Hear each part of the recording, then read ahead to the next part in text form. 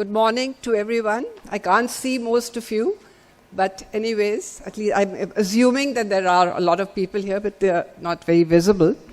It's really a pleasure to be here. I think this is the second conference of Education World that I'm participating in. One was in Bangalore when I had last gone several years back. And the topic that was given to me is very interesting, which is that, let me see what it is. It says, why has the policy come up belatedly with early childhood care and education? And it is something that I can really share with a lot of first-hand information of why it happened, because to some extent I can take some amount of credit for it, because I think this is for the first time that research has really fed into policy. I mean, we often talk about research being done for its own sake, and it's not necessarily taken cognizance of. But for the first time, I can say with a lot of pride in policy makers, especially Professor Kasturi Rangan. I always give this example that I've been a very passionate advocate of early childhood care and education all my life. And every time a committee was constituted, I made it a point to go to meet the chairperson of that committee to tell him about the importance. And I remember going and getting time from the previous committee chairs and just going there and taking a presentation with me, a PowerPoint. And they would say, yes, just tell us in 5 minutes what you want to say, you know. And so I assumed that Professor Kasturi Rangan is going to have the similar response. So I told my driver, as a matter of fact, because I had a meeting at a particular time in Delhi, when he had come there. So I told my driver that, Abhi 5 minutes mein aati hu, I'll just come back in 5 minutes, assuming that it will be a similar experience. And to his credit, that when I walked in, I had we had just recently completed a very significant longitudinal research, which is the first of its kind in India, on about 14,000 children. And we had some very significant data from that, some significant findings. So we had put it into a policy brief. And so I carried that policy brief with me so that I could at least show that, because there was no opportunity for a PowerPoint. And when I go there, I find Professor Kasturi Rangan actually with that policy brief in front of him and highlighted stuff on it. And that was the most pleasant experience of my lifetime in early childhood care and education, because it was such a meaningful discussion that we had for almost 40 minutes on this. And a lot of it, and then he invited me 2-3 times for on different occasions to come and talk about it to the committee members, to convince them about it. And I think that for the first time, in my experience, can say that I see a direct connect between what the policy research showed and what the policy said. So I would like to spend, how much time do I have? About 10 minutes, 15 minutes? 10 minutes, okay. So very quickly, I would like to just share with you what was in the research that led to this recommendation of the policy. As I think Mr. Thakur has already mentioned what the policy says, that policy has given cognizance to this stage as the foundational stage, with this understanding that there are certain foundational competencies which need to be concentrated on to be able to ensure learning takes place for the rest of the child's lifetime.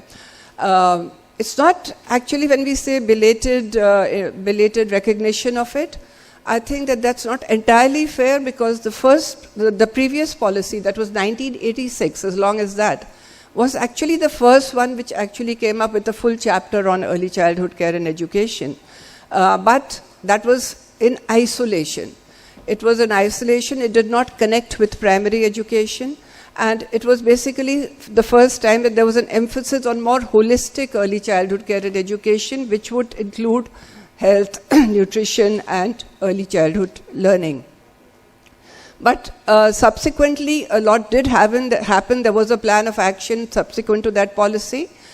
There was some interventions which happened, but we have a very major, I'm sure that many of you would be familiar with, a very major program in early childhood care and education in India, which is the Integrated Child Development Services, largely for the underprivileged children, which has been there since 1975. And today we have about 1.3 million centers all over the country.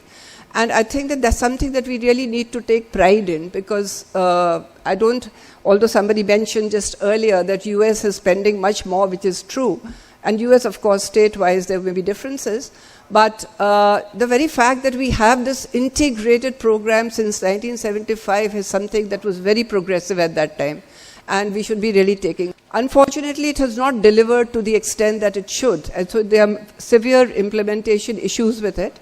And therefore, this is also recognized by the new draft policy. So what was it in our research that actually fed into the policy recommendation?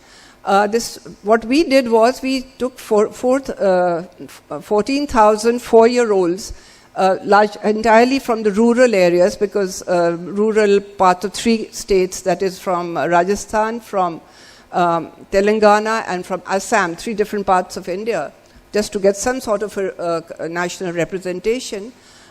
We followed up these 4-year-olds, 14,000 4-year-olds, along with Asar Center, for 5 years.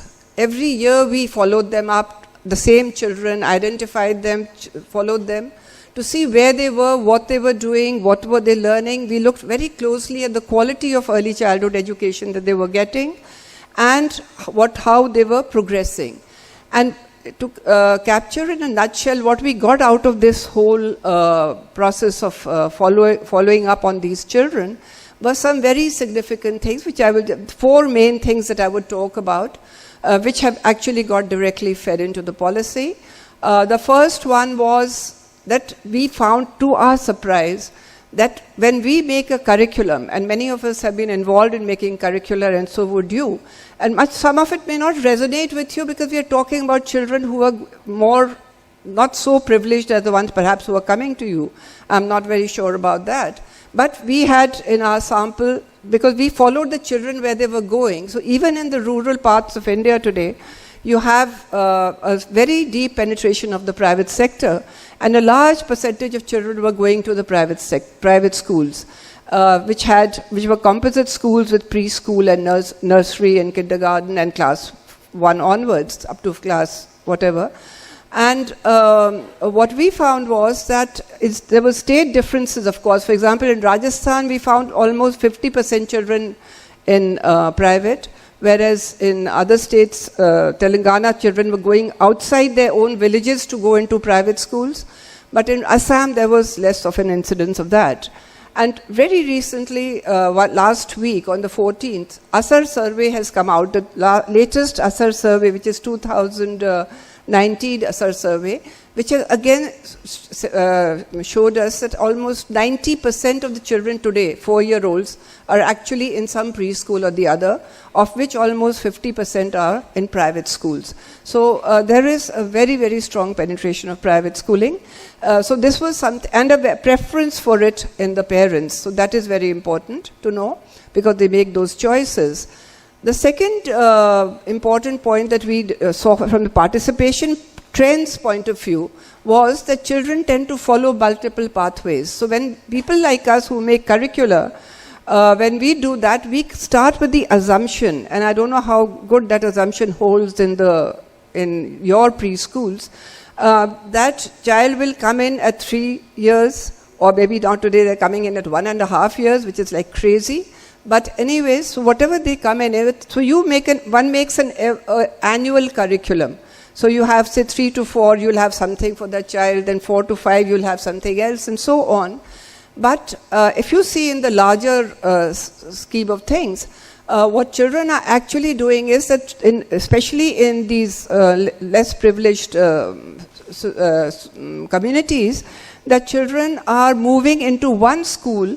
And then, for example, I'll just give you one case example. For example, the parents are not very well off, so they cannot afford a private school, so they put the child into an Anganwadi. So the child does whatever the Anganwadi is offering for, say, from 3 years to 4 years. 4 years, the parents feel that some more education is needed. This is not really good enough. A lot of them do. So they try to put the child into something which is more structured education. And this is, I'm telling you from data, I'm not making up these stories. So then what they do is, if they can afford to, there is a preference for putting them into private school, but if they are not able to afford, then they send them to the government schools, the government primary schools. As a result, what happens is, in such a case, that the government primary school, a 4-year-old will be admitted into a class 1. So you have a large percentage of underage children sitting in government school, primary schools. For those who go into the private school, every private school starts from the lowest grade. So supposing the child is almost ready for KG, the child will be put back into nursery. And sometimes they move from one private school to another private school, again the child goes back into nursery. So this way what happens is that their participation gets delayed. And as a result, what we found that it is only up to by the age of 8 years that enrollment really stabilizes in a primary school, private or government, because there is a lot of flux. And as a result, because this population is very, very unstable, what do we do? Our curriculum assumptions are completely they don't hold good. And so when you find, and Asar survey, again I'll go back and forth between our study and the Asar survey which has just come out, the Asar survey is showing that there is, when you compare the average of a private school child and a government school child, there is a difference of at least a year. Because 4-year-olds or 5-year-olds come into the larger number of 5-year-olds come into the government schools, whereas in class 1, whereas in private, they are more often 6-year-olds. So their data shows, the statistics show that the private school children are older. And therefore, the private schools, when we say the private schools are doing better than government school in terms of learning levels, a very significant factor is that 1-year advantage that the private schools have, which our study again shows over and over again that age makes a lot of difference, and the early years, even 6 months, make a lot of difference.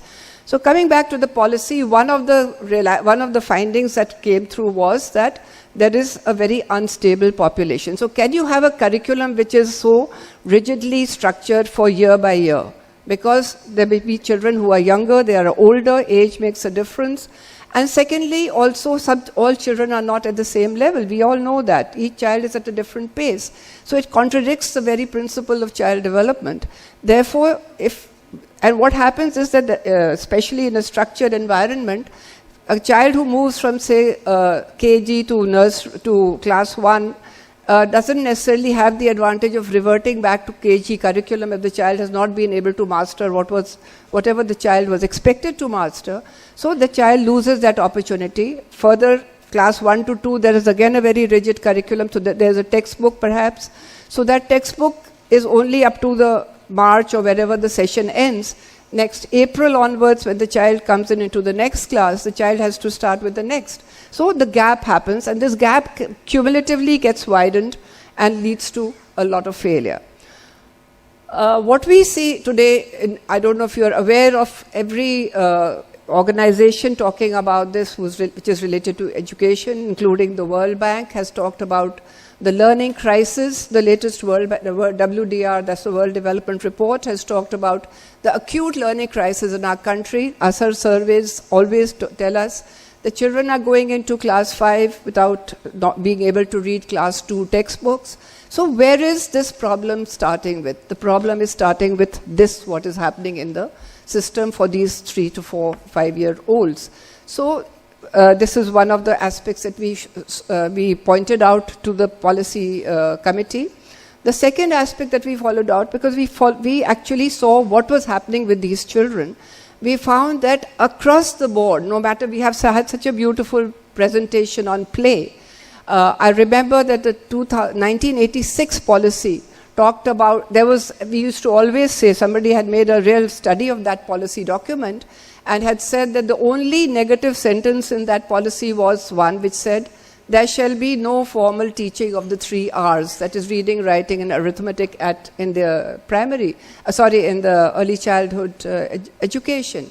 But you will be surprised to find, because we actually saw a lot of preschools, private and Anganwadis, Balwadis, across these 3 states, and we found across the board there was nothing else happening primarily but formal teaching of the 3 R's.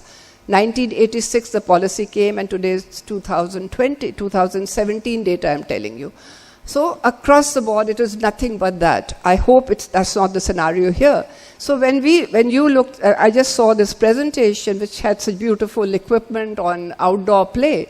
You would be surprised to find we did a time on task analysis of how much time children are spending every day in the school. There was only about 2% of children who had opportunity for outdoor play, and none for indoor play when we talk about free indoor play. So this is the real scenario of art. I mean, it's actually amounts to stealing children's childhood away from them. So this is what was happening in the preschool domain. So this was a second finding, that what was happening was just formal teaching, and our data analysis, which we did pretty sophisticated analysis later of this data, showed that this formal teaching is actually conversely related to school readiness levels of children. Because children, instead of promoting school readiness, it is actually hampering school readiness levels, because that is what was actually happening in the school system. And so when we assessed children on the school readiness, we found that their levels, especially in cognitive and language competencies, were very, very poor. When we assessed them at age 5, because that is when they are entering class 1, we found that they did not have the right school readiness levels. Now here I would just like to spend 1 minute maybe, because I was just there in the Asar survey launch, and a lot of people said that, preschool is really, the more you are relating it to school, the more harmful it's going to be for kids, because you're talking about school readiness. And the understanding is that school readiness means starting alphabets and numbers earlier. That is not what school readiness is about. I'm sure all of you are very enlightened on that. Basically, school readiness, as we assessed it, was in terms of certain foundational competencies that are related to later learning of reading and writing and number, but they don't actually include learning of alphabets and numbers. Competencies such as pattern making, sequential thinking, logical reasoning, vocabulary, phonemic awareness, all these are the kind of foundational competencies for which somebody, I think, is going to speak on brain development later. I'm sure they will. It is actually the critical period. When we're talking about these early years being very critical, that's the early critical period for the development of these competencies. If we lose out on that period by making them do all the wrong kind of formal teaching, then all that opportunity is lost. So the programs that we studied in which children were doing those kind of play-based activities for their own foundational competencies, we found a significant difference in their school readiness levels as assessed on that basis. So the third finding that we found was that school readiness levels were very clearly related to the quality of preschool education. And we also found that children who had higher school readiness levels had a very significant advantage when they went into the primary classes, because they retained that difference that was there in terms of their learning performance.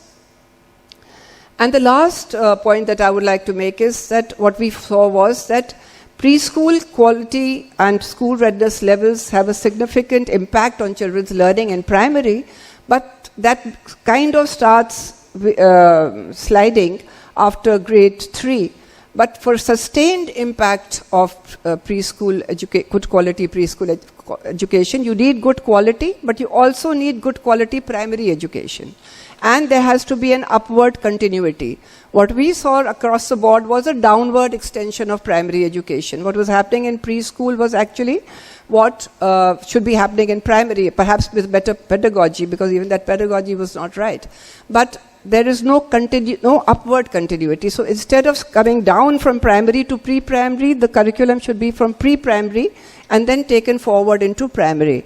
Because of the nature of the child population at that time, which is very unstable, as I had said earlier, it is important to have a flexible curriculum which will allow children to be able to be addressed at their own pace and to be able to continue learning at their own pace and have that flexibility, for example, so that a class 2 child can also have the opportunity of still working on the class 1 curriculum, syllabus, or even below, depending on where the child is, which in other words means a lot of group work, a lot of individual activities. So these are the kind of recommendations that came out of the, and the last one before I end, is that of the mother tongue or the home language of the child. I'll recently give you an example.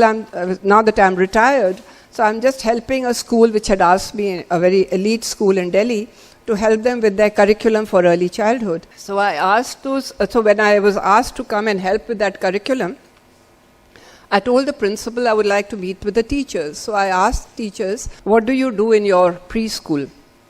These are 3 to 4 year olds, nursery. So the teachers told me that we are an English medium school, and we ensure that children get exposed to a lot of English. So we only speak in English. We expect children to speak in English.